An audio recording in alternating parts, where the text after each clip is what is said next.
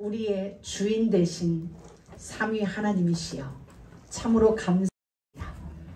세상에 하고 세상과 더불어 될 우리를 불러주셔서 세상의 옷을 싹 벗겨내 주시고 하나님의 거룩한 보혈의 옷을 입게 하여 주시니 감사합니다. 이 시간 우리의 영원한 주인이며 우리의 참 왕이시며 진정한 대장 되신 예수님께만 예배하는 시간이 되어질 수 있도록 성령님 우리 가운데 임재하여 주셔서 우리의 생각을 우리의 마음을 온전히 말씀이신 하나님과 하나가 되어질 수 있도록 역사하여 주옵소서. 그리하여 말씀을 듣는 이 시간에 우리의 모든 인생이 치유되어지고 회복되어지고 상한 마음들이 고침을 받는 복된 시간으로 주님이 경영하여 주옵소서. 저희들 말씀을 기다립니다. 말씀하여 주옵소서. 말씀 앞에 바라크하오니 성취되어질 말씀을 저희 가운데 허락하여 주옵소서. 예수 그리스도의 이름으로 기도드립니다. 아멘. 하나님이 창조하신 창조물을 신으로 특화하는 게 사단의 전략입니다. 이 전략에 속지 말아야 됩니다. 다시 말하면 하나님 외에 이 땅의 모든 것은 그 하나님에 의하여 창조되어진 피조물이에요. 모든 종교가 가지고 있는 자기들의 신은 하나님에 의하여 창조된 창조물이에요. 여기에 이 사단의 전략에 우리가 속으면 안 됩니다. 아멘. 창조물을 신이라고 하는 이 특화시키는 여기에도 속지 말아야 되고, 또 하나 특별한 것을 보편화시키고 일반화시키는 사단의 패턴에도 속으면 안 돼요. 양 패턴을 다 속으면 안 돼요.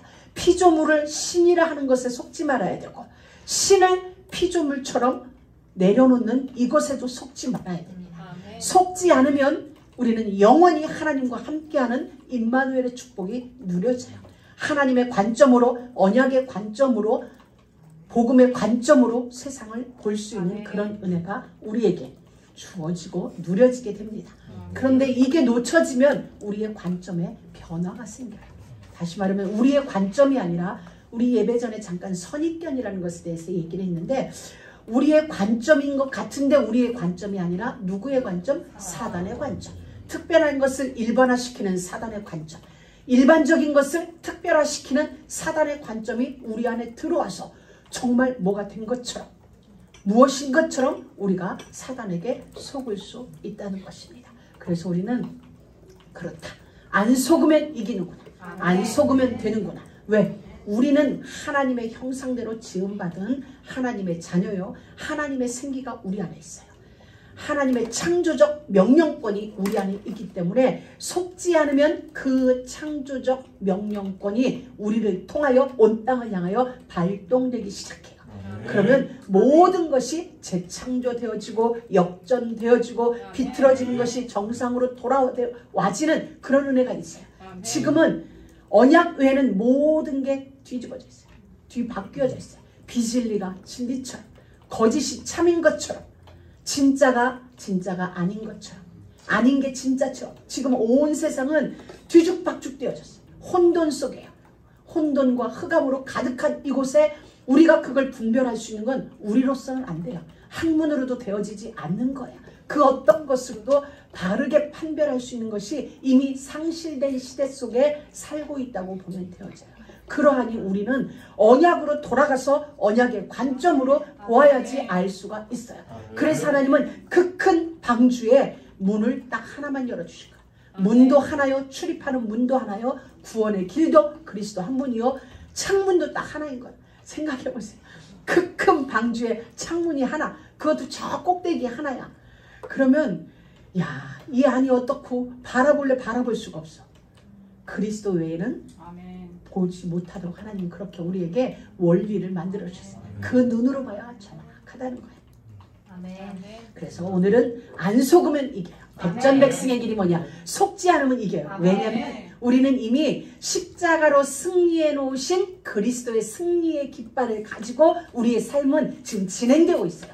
우리가 싸워서 이기는 게 아니라 그리스도께서 이미 이겨놓은 싸움을 우리는 그 승리를 우리의 현장 속에서 믿음으로 쟁취하는 거야. 우리가 싸우는 게 아니라 전쟁은 여호와께 있다. 너희가 싸울 게 없다. 가만히 서서 여호와께서 오늘날 너희를 위하여 행하시는 구원을 보라 이랬거든요. 그리고 우리는 하나님이 일하시는 걸 보는 거예요. 십자가에 이미 승리해놓은 그 승리가 내 삶의 그 현장에 어떻게 응하여지는지를 보는 게 우리의 일이에요. 그게 우리의 믿음이고 신앙생활이에요. 그러니 이기자가 아니라 이미 이겼어요. 이겼기 때문에 안 속으면 이 한 주 여러분은 백전백승이에요. 사단이 한 번 와도 우리는 한 번 이겨. 두 번 오면 두 번 이기고 10번 오면 10번 이기고 100번 오면 100번 이겨. 다윗을 통하여 우리에게 보여줬어요. 다윗은 전쟁을 하던 사람이 아니에요. 목동이었어요. 근데 다윗의 모든 길에 백전백승을 하는 은혜를 주셨어요. 왜? 하나님이 친히 전쟁을 지휘하고 계시기 때문에, 하나님이 친히 싸우시기 때문이에요. 그럼 우리도 이번 한 주간 이미 이겼어요. 정말 믿음으로 선포하세요. 아, 그렇구나. 내가 다음 주 이 예배 성전에 올 때까지 나는 이겨놨다. 진짜 여러분들 그걸 믿게. 안 그러면은 싸워야 되잖아. 월요일 날도 아침부터 요땡 하면 딱 싸워야 돼. 그게 아니라 이겨놨어. 이겼어요. 이미 이겼어요. 어떻게? 안 속으면. 속지 않으면. 안 속기 위하여 우리는 사단의 전략을 보는 거예요. 오늘. 속지 않기 위하여서. 그래서 일단 우리가 인정해야 될 게 있어. 아, 이 땅의 모든 건 하나님으로 말미암았다. 하나님에 의한 것이고 삼위 하나님을 위하여 창조되어졌고 지금 경영되어지는구나. 나의 모든 시간, 나의 모든 환경 하나님에 의한 것이다. 하나님으로 말미암았다. 하나님을 위한 것이다. 고백되어져. 그렇다면 모든 것에 일단은 안심할 수 있죠. 왜? 나에 의한 게 아니라 하나님으로 말미암았구나.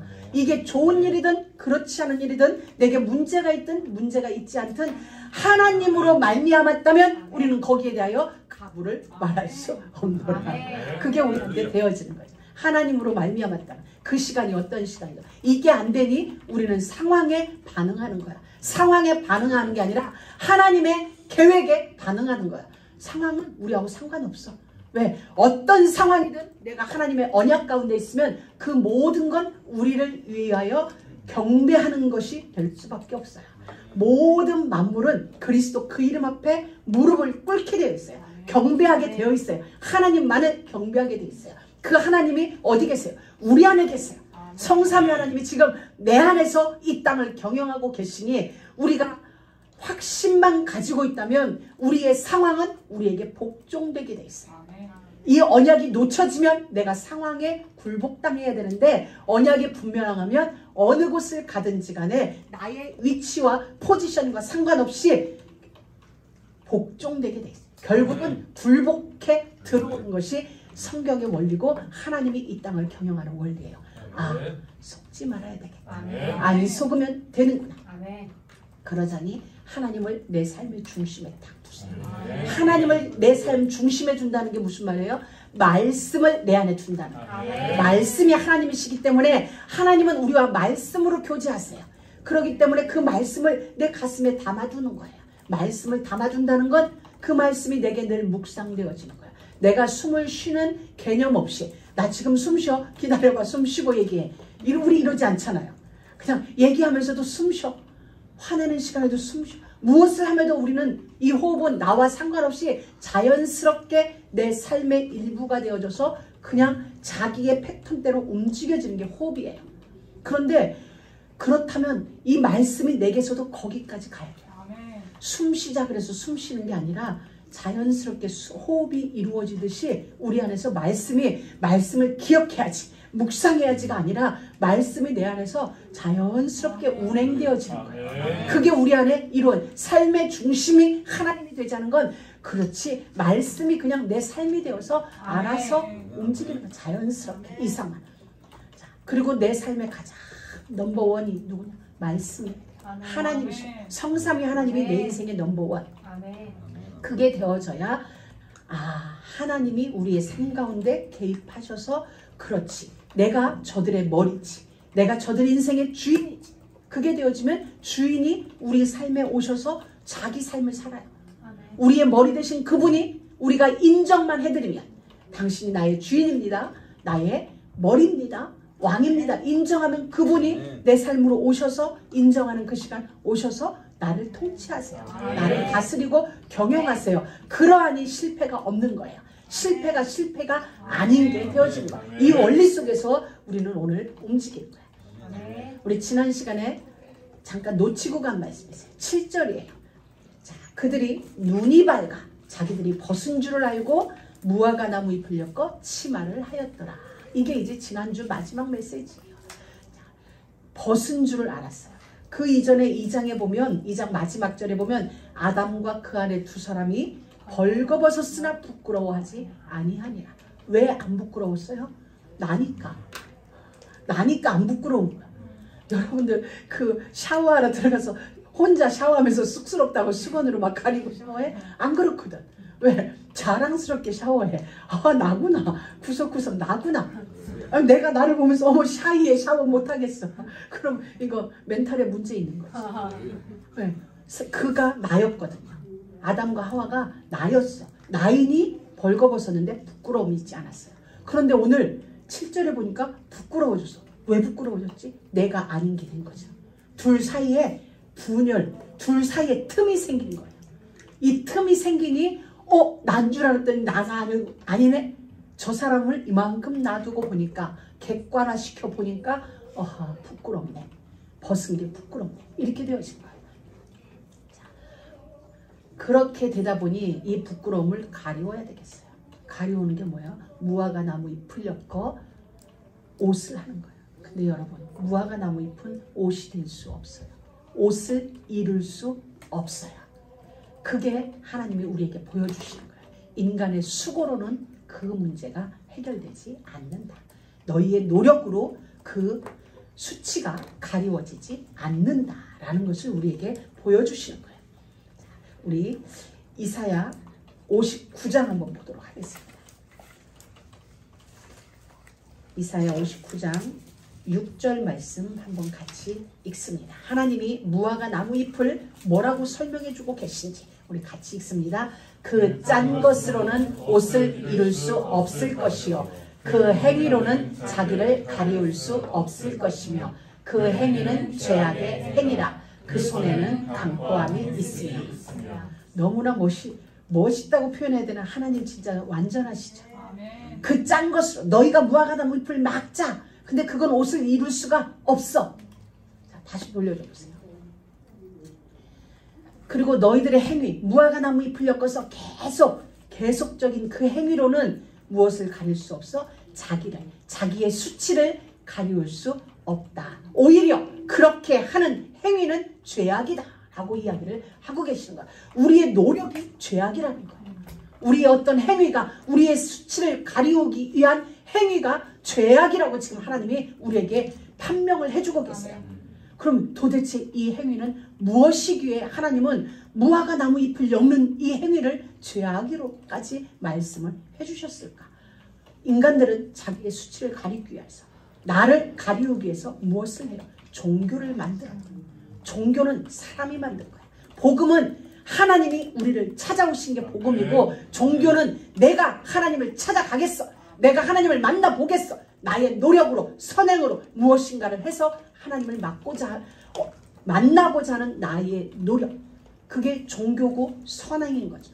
그것이 하나님은 뭐라고 그러냐? 죄악이라고 얘기하는 거야. 하나님을 알지 못하는, 다시 말하면 하나님과 함께하는 그곳에서의 선행은 선이 돼요. 그러나 하나님을 만나기 위하여서 나의 죄, 나의 수치를 가리우기 위하여 행하는 모든 것은 하나님은 뭐라고 표현하냐? 죄악이다 라고 말했어요. 그리고 그 무화과 너희의 손으로 짠 그것은 너희의 옷을 이룰 수 없어. 옷을 이룰 수 없다고 표현했어요. 우리의 수치를 가리울 수 없다는 거예요. 우리의 죄를 가리울 수 없다고 지금 말씀해주고 계세요. 우리 이사야 64장 한번 봅니다. 64장 5절 6절 한번 같이 읽어보도록 하겠습니다. 같이 읽습니다. 주께서 기쁘게 의를 행하는 자와 주의 길에서 주를 기억하는 자를 선대하시거늘 우리가 범죄함으로 주께 진노하셨사오며 이 현상이 오래 싸우니 우리가 어찌 구원을 얻을 수 있으리까? 다음 절 6절은 대저 우리는 다 부정한 자 같아서 우리의 의는 다 더러운 옷 같으며 우리는 다 쇠폐함이 잎사귀 같으므로 우리의 죄악이 바람같이 우리를 몰아가나이다. 우리에게 있는 의는 없다는 거야. 다 부정한 거라는 거야. 우리가 무엇을 옷을 만든다. 그 잎사귀로 옷을 만들어 봐라. 그 쇠폐함이 다 부질 없다. 이 얘기를 해주시는 거야. 그렇다면 우리는 어떤 옷을 입어야 되지요? 로마서 13장을 찾아봅니다. 로마서 13장 14절입니다.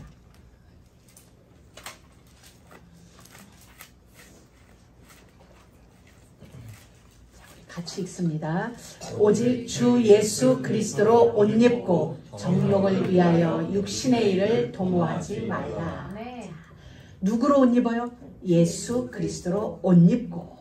우리는 무화과로 우리의 수치가 가리워지는 게 아니라 예수 그리스도로 우리의 수치가 가리워진다는 거예요. 여기서 예수 그리스도라고 말씀하시면 죄악으로 인하여 심판받고 심판의 결과로 십자가에서 피 흘려 죽으신 그 예수 그리스도를 말하는 거야. 십자가에서 피 흘려 죽으시고 다시 사신 그 예수 그리스도로 옷 입어야 우리는 심판을 받지 않는 자리에 이르게 되어지는 거야. 그래서 오늘의 말씀은 심판과 관련 있게 이렇게 들어야 돼요.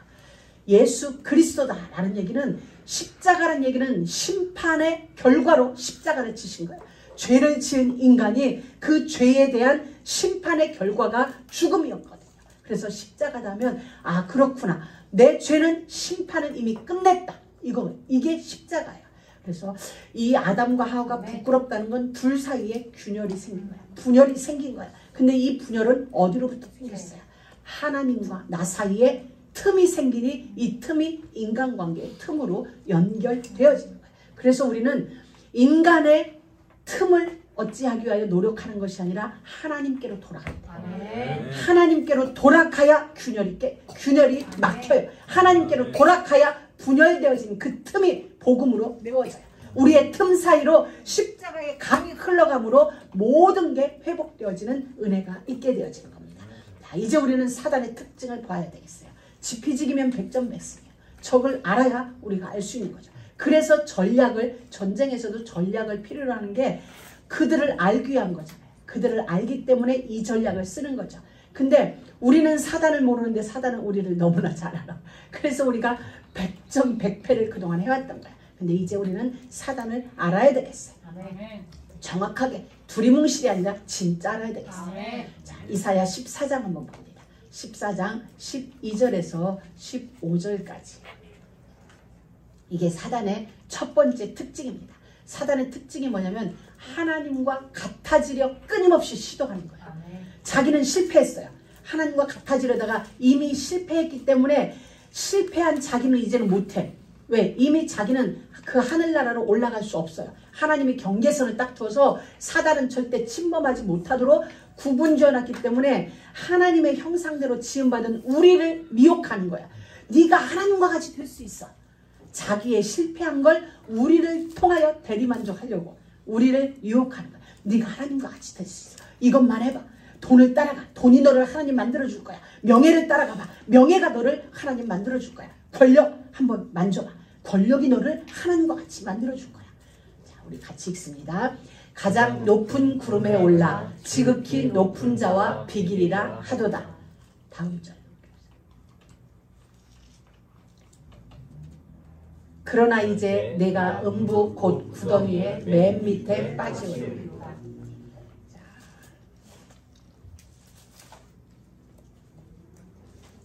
이사야 전부 14장 한번 봅니다. 14장 12절. 너 아침의 아들 계명성이여 어찌 그리 하늘에서 떨어졌으며 너 열국을 엎은 자여 어찌 그리 땅에 찍혔는고. 너 아침의 아들 계명성이여. 별 중에 가장 아름다운 새벽별, 그걸 계명성이라고 해요. 사단이 계명성처럼 아름다웠어요. 별 중에 가장 아름다웠어요. 사단은 천사였어요. 하나님을 찬양하는 천사들 중에 가장 존귀하게 지음받은 게 누구냐면 사단이에요. 루시엘. 그래서 루시엘을 지칭하기를 계명성. 너 아침의 아들 계명성이여 어찌 그리 하늘에서 떨어졌으며 너 열국을 엎은 자여 어찌 그리 땅에 찍혔는고. 네가 네 마음에 이르기를, 사단이 말하는 거예요. 내가 내 마음에 이르기를 내가 보좌에 올라, 하늘에 올라, 보좌에 올라, 하나님의 보좌에 올라서 하나님의 무별 위에 나의 보좌를 높이리라. 내가 보좌를 찬탈하고자 쿠데타를 일으킨 거야. 보좌 찬탈이에요. 사단이 노리는 건 다른 게 아니라 보좌 찬탈. 그 하나님의 보좌를 내가 차지하겠다는 거예요.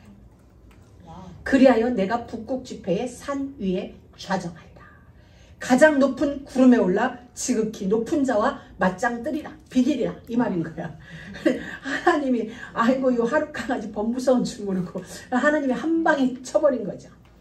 그러나 이제 네가 음부 곧 구덩이의 맨 밑에 빠지오리라. 지옥 맨 밑바닥에 내가 너를 빠치우리라. 종신토록 흙을 먹으리라. 하나님이 그걸 지금 말씀하고 계신 거야. 그래서 사단의 전략은 이 유혹에 우리가 안 빠지면 돼요. 우리에게 끊임없이 하나님과 같이, 우리에게 직접적으로 그 말을 못해요. 네가 하나님과 같이라고는 말을 못하는데 하나님 외에 다른 것을 통하여 나를 드러내고자 하는 마음을 주는 거죠. 우리 안에 나를 나타내고자, 내 의견이 관철되어야 되고, 나의 계획이, 나의 뜻이, 나의 무엇이, 내가 무엇이 되어야 되는 거야. 우리가 아니라 내가가 되어지는 거야. 그래서 자꾸 우리를 에고이즘으로 끌고 가는 거야. 너가 여기에 대장이 돼야 되지 않겠어? 네가 실세가 돼야 되지 않겠어?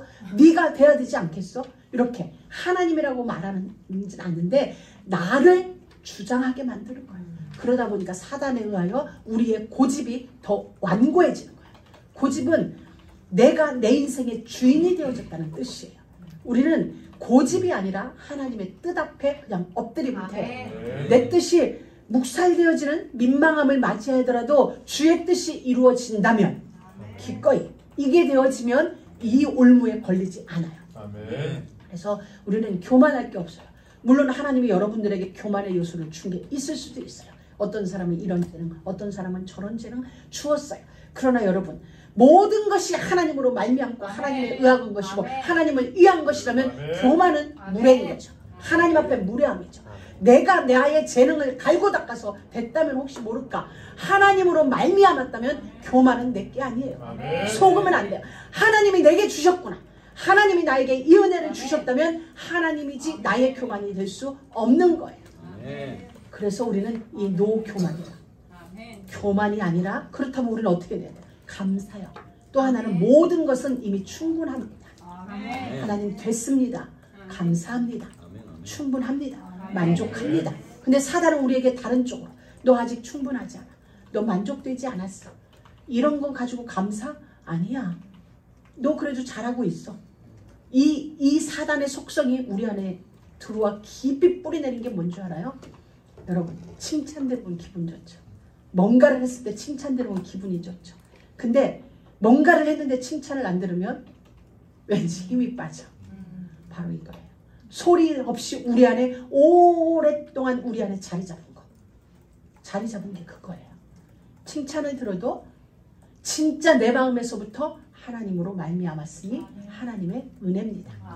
입술만이 아니라 진짜 내 가슴으로부터. 칭찬을 안 들어도 서운한 마음이 아니라 당연한 건데 뭐. 당연한 걸 했을 뿐인데 칭찬이 내게 올 수 없지. 하나님께 가야 되는 거지. 이렇게 우리 안에 진심으로 그게 우리에게 도와져요. 근데 사단은 우리 안에 여기에 길들여줬어. 그래서 칭찬 들으면 힘이 나고 칭찬 안 들으면 뭔가 아직 덜 된다. 우리가 이렇게 되어지는 거야. 아니 이미 어떤 의미에서는 진짜 우리가 제자로서 제자의 길을 간다면 내가 100가지 일을 했어도 한 가지를 칭찬 안 들어도 되는 거야. 그게 진짜 제자의 길이고 증인의 길인 거죠. 왜? 주님이 하게 하심으로 내가 한 거죠. 내가 한 것 같지만 실상 그 모든 일이 되어지려 하는 건 하나님의 경영이었기 때문에 하나님의 일하심에 쓰임받게 하셔서 정말 감사합니다. 이게 우리 안에 이게 되어져야 우리가 사단에게 안 속아요. 예수님이 우리에게 친히 본을 보여주셨어요. 십자가를 지신 사건 외에 십자가를 지기 전날 밤에 제자들에게 예수님이 볼 때 이 제자들은 굳이 따지자면 진짜 와 이것들을 내가 상대해야 돼 이런 거지. 하나님이신 그분이 저 바닷가 그놈들하고 상대해야 되니. 그런데도 그 제자들 앞에 무릎을 딱 꿇고 제자들의 발을 씻었어요. 내가 주와 선생이 되어 너희들에게 행한 것 같이 너희들도 이와 같이 해라 라고 우리에게 마지막 만찬에서 보여주신 거예요. 본이라고 해서 내가 본을 보이느니 복음화의 정복의 비밀인 거예요.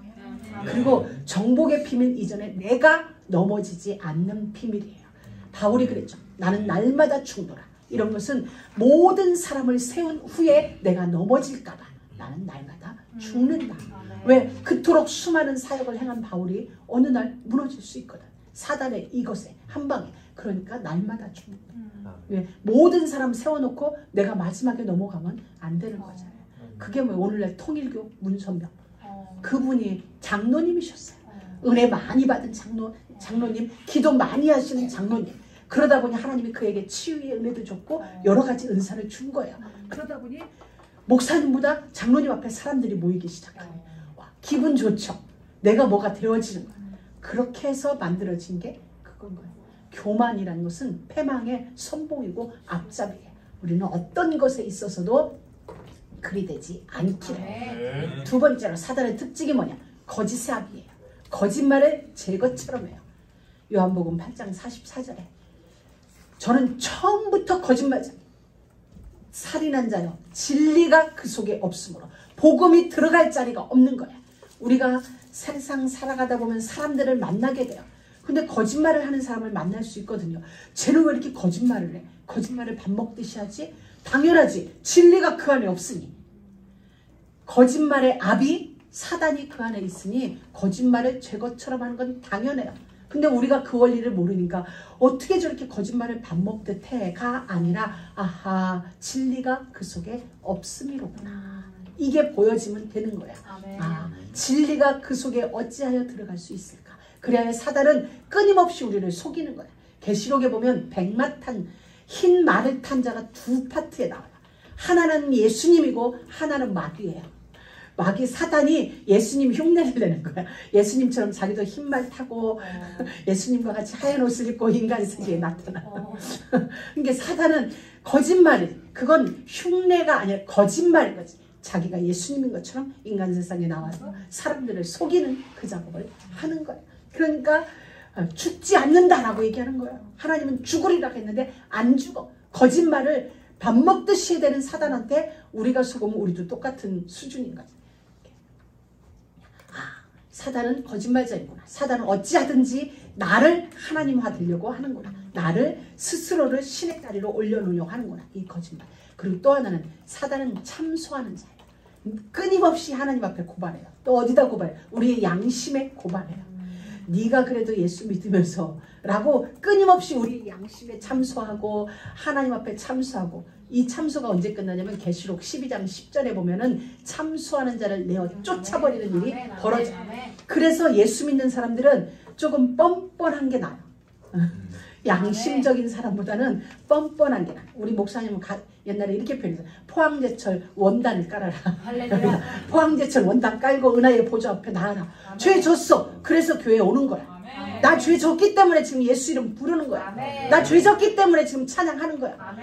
저건 죄 져놓고도 찬양해. 이건 누구의 시각? 사단의 시각. 참소하는 사단의 시각. 그래서 예수를 부르는 거야. 우리 안에도 가끔 참소의 시각이 올라오고 그래. 저건 막 아니요. 우리는 그 예수를 믿는 거야. 내가 연약하기 때문에 해결되지 않은 이 문제가 가지고 몸부림치는 게 뭐냐면 찬양하는 거예요. 우리는 알 수 없지만 그런 그 힘겹게 싸우고 있는 거야. 열심히 기도하면서 싸우고 있는 거야. 근데 우리는 다른 시각, 사단의 시각, 이 참소하는 시각으로 그를 보니까 그 일을 해놓고 이 일을 한다? 아이고 그러니까 하지. 여러분 오늘부터 이 사단의 시각이 아니라 복음의 시각으로. 십자가에서 끝났어요. 우리가 과거의 죄도 끝났고 오늘의 지을 죄도 끝났고 미래의 모든 죄도 십자가에서 이미 끝났어요. 끝났다는 건 그 죄로 말미암아 심판을 받았고 죽었다는 얘기예요. 내 죄 때문에 죽었고 나는 그의 죽음을 믿어요. 그래서 예수의 심판은 나의 심판이고 그의 죽음은 나의 죽음이니 십자가에서 끝났다고 사단에게 계속 우리는 선언해야 되는 거예요. 사단의 참소에 맞서는 걸 끝났어. 다 끝났어. 오늘 8절 9절에 보면 주님이 묻습니다. 날이 서늘할 때에 동산에 거니시는 주님의 음성을 듣게 되죠. 이 날이 서늘하다는 이 표현은 동산에 거니시는 이 표현은 루하으라고 해서 성령의 바람을 얘기해요. 우리가 온도차를 이야기하는 게 아니라 성령의 바람이 지금 동산에 불고 있어요. 이 말은 동산은 에덴 동산은 첫 번째 하나님의 처소예요. 하나님의 성소. 이 땅이 창조된 이후에 처음 하나님이 거하실 성소가 어디냐? 에덴 동산이에요. 그러니 성삼위 하나님이 거기를 거니신다는 건 임재하셨다는 얘기예요. 그곳에 임재해 계시다.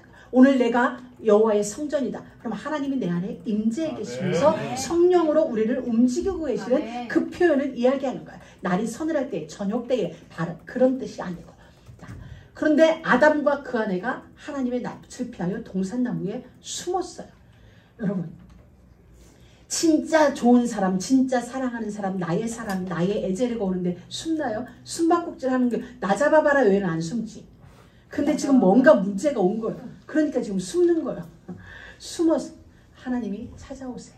끝까지 우리에게 지금 하나님은 돌이키는 기회를 주신 거야. 아담아, 네가 지금 어디에 있느냐? 우리의 영적 주소를 묻고 계시는 거야. 예배하는 이 시간, 네 생각은 지금 어디에 있느냐?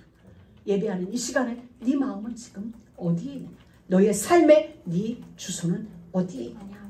어떻게 표현했어요? 두려워서 숨었다고 그랬어요. 사단이 무기가 뭐예요? 두려움이에요. 사단은 우리에게 두려움을 줘요. 하나님은 우리에게 평안을 주세요.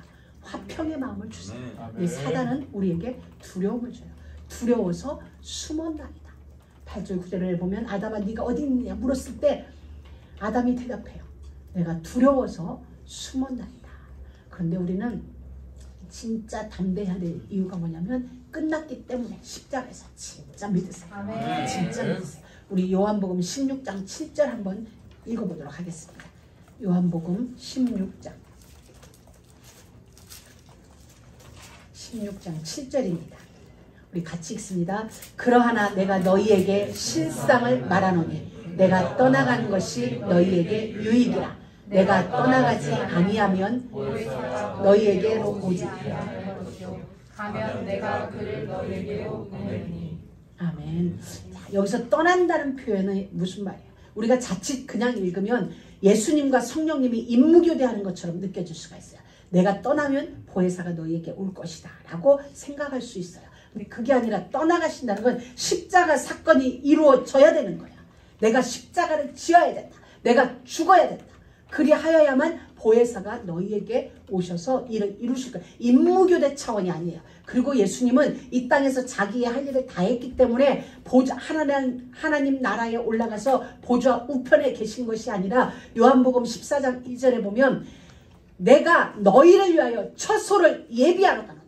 예수 그리스도의 사역은 끝이 십자가로 끝난 게 아니라 지금 하나님 나라에서 우리의 영원한 처소를 준비하고 계세요. 그래서 내가 처소를 준비하면 다시 와서 너희를 내게로 영접하여 나 있는 곳에 너희도 있게 하리라. 그러니 너희는 마음에 근심도 하지 말아라 라고 우리에게 말씀해주고 계시는 것입니다. 우리 요한복음 19장 41절 한번 보도록 하겠습니다. 이제 사단의 특성은 분명히 알았죠.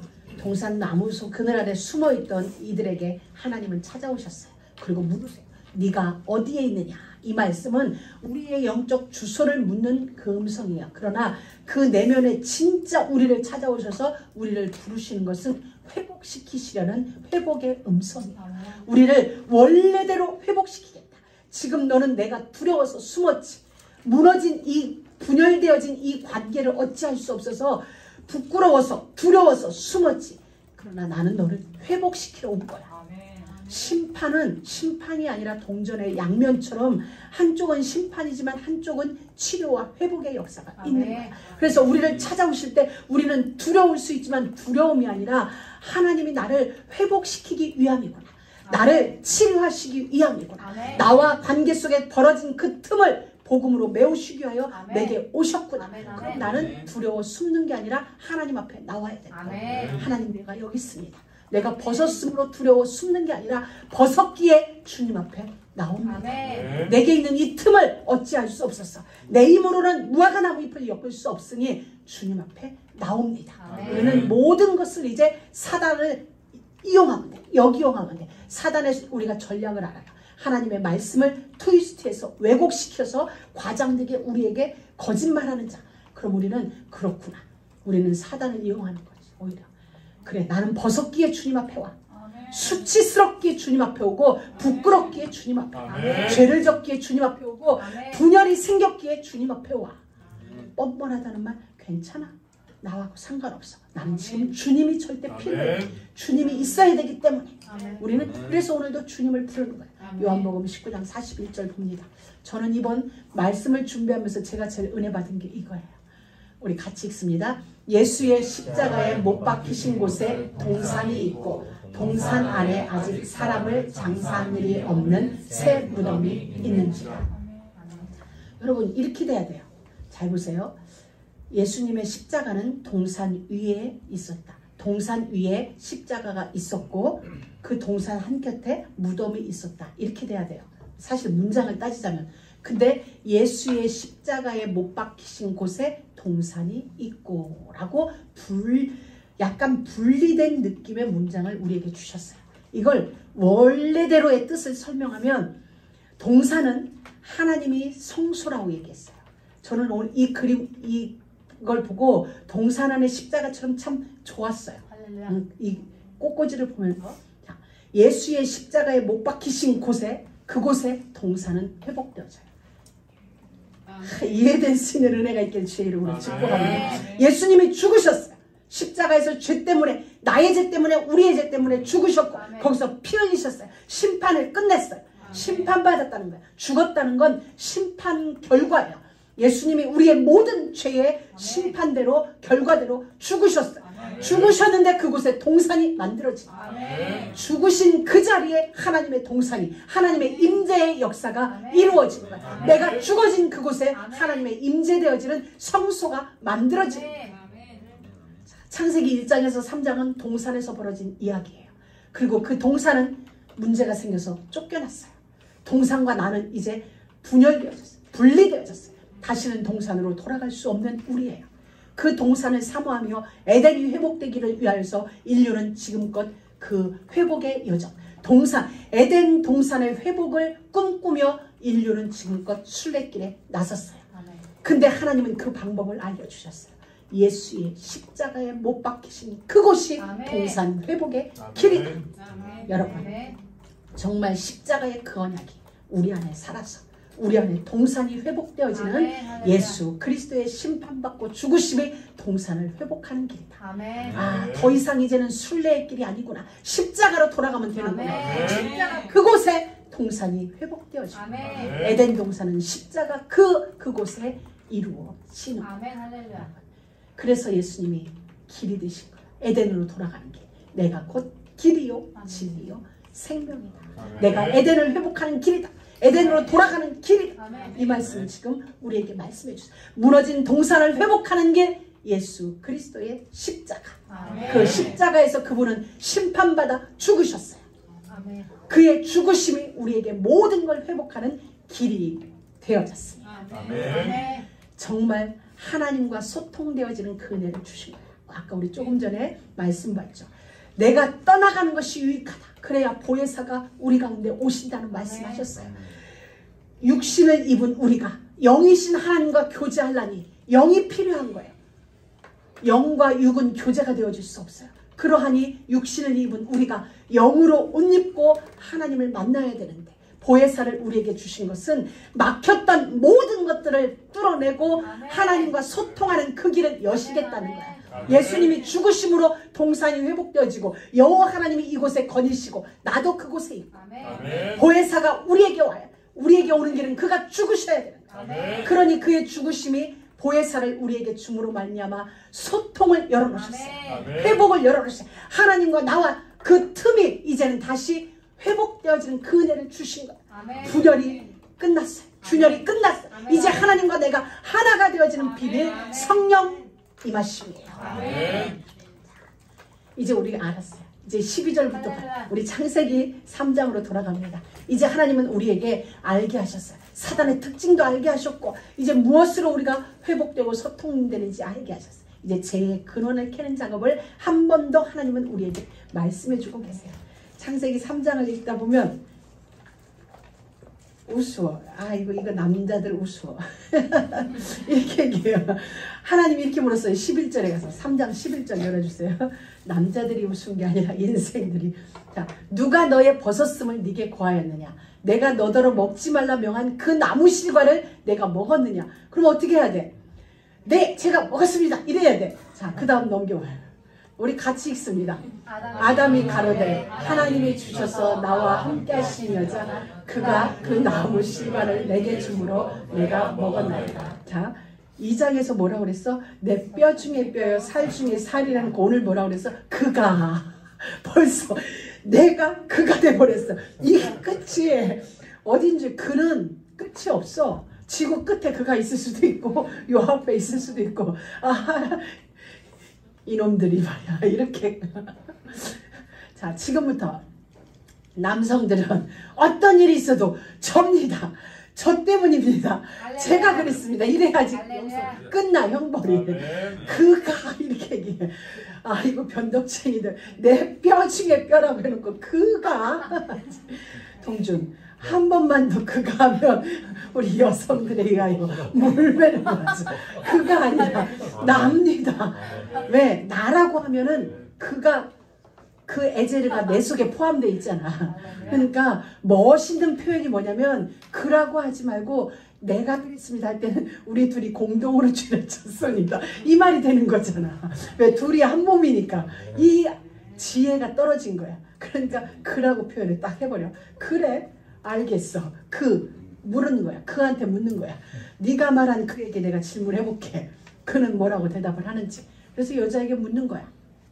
하나님이 여자에게 물었어. 어찌하여 이렇게 하였느냐. 이렇게 물었으니까 여자가 지능이 좀 남자보다 높잖아. 왜냐면 흙과 뼈에는 차이가 있거든. 그러니까 여자가 봤어. 옆 사람에게 전가시키면 되는구나. 그래서 바로 전염을 시킨 거야. 죄는 전염성이 이렇게 강해요. 그래서 그가 하니까 이 그는 뭐라 그래? 뱀이라고 얘기를 한 거야. 하나님은 이런 인간의 속성을 연약하여 변명할 수밖에 없는, 핑계할 수밖에 없는 인간의 속성을 통하여서 무엇을? 죄의 근원은 그도 아니고 그 무엇도 아니고 뱀으로 말미암았다. 뱀에게는 질문도 안 던져요. 네가 어찌하여 이렇게 하지도 않아요. 그냥 그대로 하나님은 결론을 내버려. 거기서는 네가 이렇게 하였으니 네가 모든 육축과 들의 모든 짐승보다 더욱 저주를 받아 배로 다니고. 그 이전의 뱀은 배로 다니지 않았다는 이야기예요. 저주받은 이후에 모든 인생들의 쓰레기가 있는 땅을 기어다니는 그러한 저주를 받은 거예요. 우리도 마찬가지. 우리의 안에 있는 생기가 무너지면, 우리 안에 있는 하나님의 모양, 하나님의 형상이 무너지면 우리도 인생들이 버린 그 쓰레기를 양식 삼아 기어다니는 삶을 살아요. 종의 종과 같은 삶을 사는 거죠. 그러면서 종신토록 흙을 먹을지니라. 전에도 한번 말씀드렸습니다. 우리의 본질이 흙이에요. 우리도 뼈에서 태어났다 한들 더 깊이는 우리 모든 인생들의 본질은 흙이에요. 하나님이 뱀에게 양식을 주셨는데 무슨 양식을 줬냐? 흙을 먹을지니라 그렇게 했어요. 그래서 언약이 회복되지 않은 인생들은 뱀의 밥인 거예요. 사단의 밥이 돼요. 오늘날 뱀은 흙을 먹고 살지 않아요. 뱀은 깨끗한 동물 속에 분류돼요. 그런데 하나님은 흙을 먹으라고 그랬어요. 자, 그럼 하나님의 원리는 말씀대로 되어지는 일이에요. 그럼 뱀도 오늘날 양식이 흙이어야 돼. 근데 뱀은 그렇지 않아요. 흙, 우리의 본질이 흙인 거예요. 언약을 놓친 모든 자들은 흙하고 차별이 없어. 차이가 없어. 그렇기 때문에 언약 놓친 자들은 사단의 밥이 될 수밖에 없는 게 원리인 거예요. 그래서 우리는 사단의 밥이 되지 않는 길, 언약이 우리 안에 왕노릇하는 길. 그래서 노아 세 아들 중에 종의 종이 될지니라 라고 함에게는 그런 것을 했죠. 그래서 우리는 언제든지 우리 안에 하나님의 생기가 회복되어지는 그런 거예요. 그래야 하나님의 주신 말씀이 우리 안에 잘 지켜져요. 잘 간직되어져요. 그리 될 때의 말씀은 성취돼요. 우리에게 이미 회복된 동산이 하나님의 성소가 우리 안에 회복되어지면 우리는 하나님의 성소에서 같이 거하는 거야. 에덴이 지금 이 땅은 에덴이 되지 않지만 내가 사는 나의 삶의 영역은 에덴이에요. 아멘. 왜? 이 원리를 하나님은 우리에게 주신 거야. 아멘. 죽어서 천국 가는 게 아니라 살아서 하나님의 동산을 누리는 거야. 상황은 우리에게 에덴이지 않아요. 여전히 사단의 왕노릇하는 이 땅에 살고 있어요. 그런데 우리의 삶의 이 영역은 에덴이라. 아멘. 왜? 하나님이 나와 함께하고 있어요. 아멘. 문제가 나를 넘어오지 못해. 아멘. 문제를 발로 밟고 갈 수 있는 주와 함께하기 때문에 아멘. 그 주님의 등에 업고 있기 때문에 우리의 모든 삶의 영역은 에덴 동산이에요. 아멘. 왜? 내 삶의 입구에 우리 집 문에 십자가가 있는데 아멘. 나는 끝났어. 나는 심판받고 죽었기 때문에 끝났고 아멘. 예수와 함께 다시 산다. 아멘. 동산의 건희 씨는 주님의 음성이 우리에게는 늘 축복이 되어지는 거죠. 아멘. 이곳에 우리 모두가 서게 되어지는 그런 은혜가 있기를 주의 이름으로 축복합니다. 아멘. 하나님 감사합니다. 오늘도 하나님의 말씀을 통하여 원리를 알게 하시고 우리를 속이는 사단을 알게 하시고 우리가 서 있는 우리의 위치를 알게 하시니 감사합니다. 하나님 모든 것을 끝내고 심판받고 죽으심으로 우리에게 동산을 회복시켜 주신 그 예수님과 함께 이 한 주간도 이미 승리하신 그 승리는 그런 귀한 증거의 한 주 되어지도록 축복하여 주옵소서. 아멘. 예수님의 이름으로 기도드립니다. 아멘.